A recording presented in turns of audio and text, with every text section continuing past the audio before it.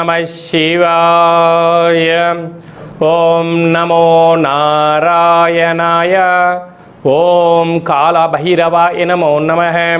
ఓం దిగంబరాయ విద్మహే గజవాహనాయ ధీమహి తన్నో కాళభైరవ ప్రచోదయాత్. హరి ఓం. మా ఛానల్కి స్వాగతం. చూస్తున్న వీక్షకులకు ప్రేక్షకులకు ప్రియ కాళభైరవ భగవద్బంధుకి స్వాగతం పలుకుతూ మమ్మల్ని ఎంతగానో ఆదరిస్తూ ఉండబడినటువంటి ప్రియ సోదర సోదరీమణులకు, జ్యోతిష్య అభిమానులకు, సనాతన ధర్మ సంరక్షకు అందరికీ కూడా ఆదివారం అమావాస్య సందర్భంగా, మిగులు సోమవతి అమావాస్య సందర్భంగా ఎలాంటి విధి విధానం పాటించాలి, అఖండమైనటువంటి అష్టకష్టాలకు స్వస్తి పలుకుతూ 8 సంవత్సరాల తర్వాత అధిక జ్యేష్ఠమాస అమావాస్య సందర్భంగా ఎలాంటి విధి విధానం పాటించడం వలన రాజయోగం కలిగి నరదృష్టిని, శత్రు ప్రభావాలను ఎలా తొలగించుకోవాలో సవివరంగా సంపూర్ణంగా తెలుసుకుందాం. 1వ తారీఖు 6వ నెల 2026 నుండి 15/6/2026 వరకు ద్వాదశ రాశుల్లో గ్రహ గమనాన్ని వీక్షింపచేద్దాం. విశేషంగా కుజభగవానుడు మేషరాశిలో స్వక్షేత్ర సంచార స్థితి, వృషభ రాశిలో రవి సంచార స్థితి, మిథున రాశిలో త్రిగ్రహ సంచార స్థితి, బుధ భగవానుడు స్వక్షేత్రకారకుడు, అక్కడే చివరి రోజు అయినటువంటి దేవగురు బృహస్పతి సంచార స్థితి, 2వ తారీఖు నుంచి కర్కాటక రాశిలోకి ఉచ్చ స్థితిలో సంచార స్థితి జరగబోతుంది. మరియు అక్కడే శుక్ర సంచార స్థితి, సింహరాశిలో కేతు సంచార స్థితి, కుంభరాశిలో రాహు సంచార స్థితి, మీనరాశిలో శని భగవానుని సంచార స్థితితో ద్వాదశ రాశుల్లో గ్రహ గమనాలు ఈ విధంగా ఉన్నాయి. మీనరాశి వారికి ఒకవైపు ఏలనాటి శని మధ్యమ సంచార స్థితి జరుగుతూ ఉండగా 12 సంవత్సరాల తర్వాత రాశాధిపతి దేవగురు బృహస్పతి పంచమ స్థానంలో ఉచ్చస్థితిలో సంచారం చేయబోతున్నాడు. విపరీతమైన అదృష్టం, ఆనందం మీనరాశి వారు సొంతం అని చెప్పి గమనించాలి. మీనరాశిలో ఏ నక్షత్రాలు వస్తాయనగా పూర్వాభాద్ర నక్షత్రంలోని చివరి పాదమైన 4వ పాదము, ఉత్తరాభాద్ర నక్షత్రంలోని 4 పాదాలు, రేవతి నక్షత్రంలోని 4 పాదాలు కలిపితే మీనరాశి. రాశాధిపతి దేవగురు బృహస్పతి, రాశిలోనే శని భగవానుడు. శని యొక్క ప్రభావం చేత ఇప్పటికే సతమతమవుతూ, ఆందోళన చెందుతూ, ఆర్థిక ఇబ్బందులు, మానసిక వేదన, పై అధికారులతో ఒత్తిడి, సహ ఉద్యోగస్తులతో హేళనతో ఇప్పటికే జీవితం మీరు విసికి వేజారిపోయారని చెప్పి కూడా గమనించాలి. ధనవాకు కుటుంబ స్థానంలో కుజభగవానుడు స్వక్షేత్రంగా సంచరిస్తున్నాడు. కుజదోషమైనను స్వక్షేత్రం అవ్వడం వలన యోగదాయకము. అర్ధాష్టమ బుధుడు స్వక్షేత్రకారకుడు, అక్కడే శుక్రుడు ఉన్నాడు. రాసులలో ఉండడం వలన స్థిరాస్తులు, చరాస్తులు, ఐశ్వర్యం, ఆనందం మీనరాశి వారి సొంతం. 12 సంవత్సరాల తర్వాత రాశాధిపతి గురువు కర్కాటక రాశిలో ఉచ్చస్థితిలో సంచరిస్తున్నాడు. కనుక ఇటువంటి సమయం పోతే మళ్ళీ 12 ఏళ్ళ తర్వాత కూడా దొరకదు అని చెప్పి గమనించాలి.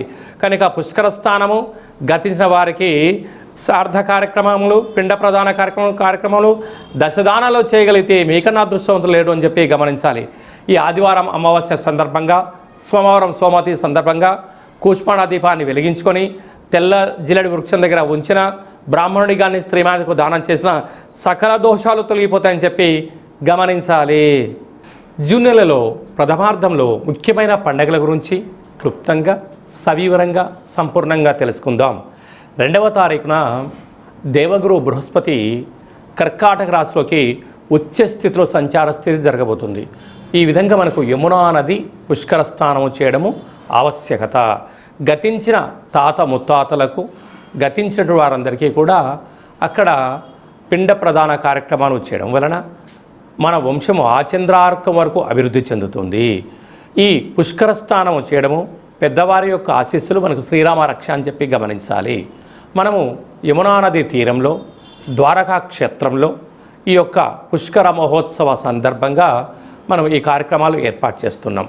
వెళ్ళలేనటువంటి వారు ఈ కింద నెంబర్ సంప్రదించి ఎవరి గోత్రనామంలో అయితే అక్కడ కార్యక్రమాలు చేయించాలో వాట్సాప్లో పంపించగలిగినట్లయితే అక్కడి నుంచి మీకు వీడియో కాల్ ద్వారా ప్రత్యక్ష పూజా కార్యక్రమం చేయించి మీకు ఆ యమునా నది పుష్కర జలాన్ని అందజేయడం జరుగుతుందని చెప్పి గమనించాలి. అలాగనే మనకు విశేషంగా 8వ తారీఖున కాళాష్టమి, 8 సంవత్సరాల తర్వాత అధిక జ్యేష్ఠ మాసంలో బహుళపక్షంలో అష్టమిని కాలాష్టమి అంటారు. కనుక కాలాన్ని జయింపజేసే శక్తి కాలభైరవుడికి ఉంటుంది. కాలభైరవుడి యొక్క స్మరణ ధ్యానము ఉత్తమమైనటువంటి జీవితానికి స్వాగతం పలకవచ్చు అని చెప్పి గమనించాలి. 13వ తారీఖున శని త్రయోదశి. ఆ శని భగవాన్ యొక్క స్మరణ ధ్యానము దీపము అభిషేకం వలన శని దోషాలు తొలగిపోతాయని చెప్పి గమనించాలి. 14వ తారీఖున విశేషంగా ఎన్నడూ లేనటువంటి విధంగా 8 సంవత్సరాల తర్వాత అధిక జ్యేష్ఠమాస బహుళపక్ష అమావాస్య ఆదివారం. అలాగనే మిగులు 15వ తారీఖున సోమవతి అమావాస్య. అమావాస్య అనగానే మనకు ఇంటి ముందర గుమ్మడికాయని తీసి పగలగొట్టుకోవడం, కుళ్ళిపోయిన గుమ్మడికాయని తీసి బయట వేసేసుకోవడం, గుమ్మడికాయ కట్టుకోవడము, సకలమైన నరదృష్టి వాస్తు దృష్టి దోషాలు తొలగించుకొని యంత్ర మంత్ర తంత్ర సాధన చేయడం వలన అఖండ అష్టైశ్వర్యాలు కలుగుతాయి. ఇది అధిక జ్యేష్ఠ మాసం విశేషంగా ఆదివారం అమావాస్య సందర్భంగా మనము ఏ చిన్న ఆవగింజంత పూజా కార్యక్రమాలు చేసినా గుమ్మడికాయంత ఫలితం కలుగుతుందని చెప్పి గమనించాలి.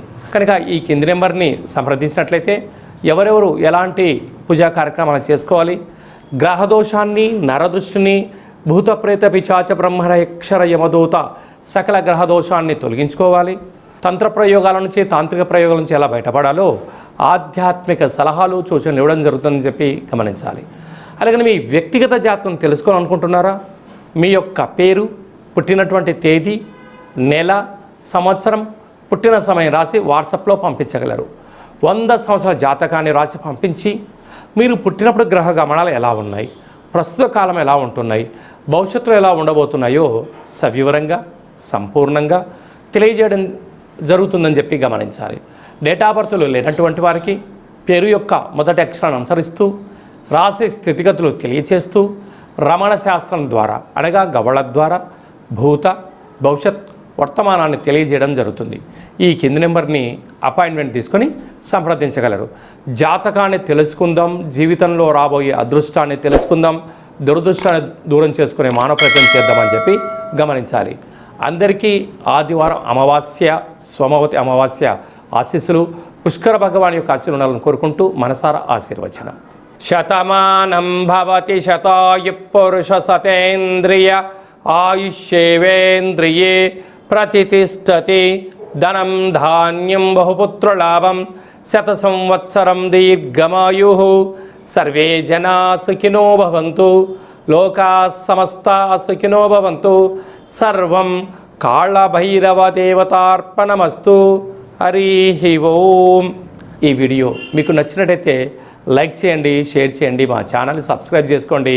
అందరికన్నా ఆధ్యాత్మికమైన వీడియోలు మీరు ముందుగా చూడాలి అన్నట్టయితే ఆల్ అనే బటన్ని ప్రెస్ చేసి గంట సింబల్ ప్రెస్ చేసి ఆధ్యాత్మిక భక్తి సమాచారాన్ని భగవద్బంధులకు మిత్రులకు చేరవేసి హిందూ ధర్మాన్ని కాపాడండి.